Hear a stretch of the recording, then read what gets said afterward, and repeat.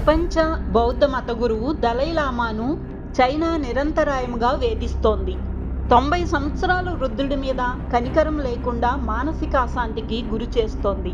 ఇప్పుడు ఆయన వారసుడిని ఎంపిక చేసుకునే స్వేచ్ఛను కూడా లేకుండా వెంటాడుతోంది. నిజానికి భారతదేశం శాంతి, సహనం, సహజీవనానికి ప్రతీక. చైనా వేధింపులు తట్టుకోలేక టిబెట్ నుంచి పారిపోయిన దలైలామా భారతదేశాన్ని ఆశ్రయం కోరారు. అప్పటి నుంచి ఆయన ధర్మశాలలో నివసిస్తూ ప్రపంచానికి బౌద్ధ ధర్మం, మానవతా విలువలు బోధిస్తూ శాంతిదూతగా నిలిచారు. భారతదేశంలో స్వేచ్ఛగా పర్యటిస్తూ గౌరవ మర్యాదలు పొందుతున్నారు.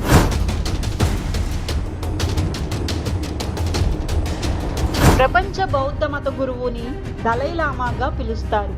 తర్వాత దలైలామా ఎంపిక కోసం ప్రస్తుత దలైలామా అన్వేషణ మొదలుపెట్టారు. దలైలామా వారసత్వం ఎవరికి చెందాలో నిర్ణయించుకునే హక్కు టిబెటన్ ప్రజలదేనన్నది భారత్ అభిప్రాయం.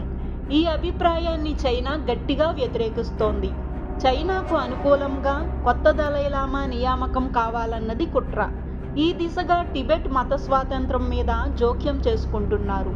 ఇది కేవలం ధార్మిక సమస్య కాదు, జాతీయ చింతనలకు సంబంధించిన విషయంగా మారింది.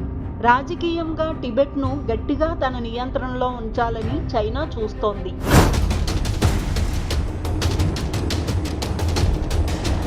ఈ విషయంలో నరేంద్ర మోదీ ప్రభుత్వం జాగ్రత్తగా అడుగులు వేస్తోంది.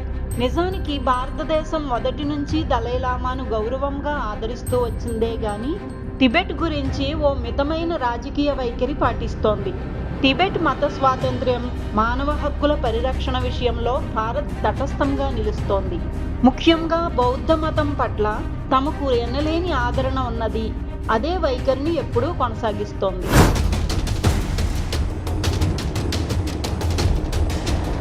ఈ సమస్యకు ధార్మికంగా, రాజకీయం కాకుండా శాంతియుత పరిష్కారమే అవసరం. పరమత సహన విధానాన్ని కొనసాగిస్తూ మానవతా దృక్కోణంలో నరేంద్ర మోదీ ప్రభుత్వం ఈ దిశగా కృషి చేస్తోంది.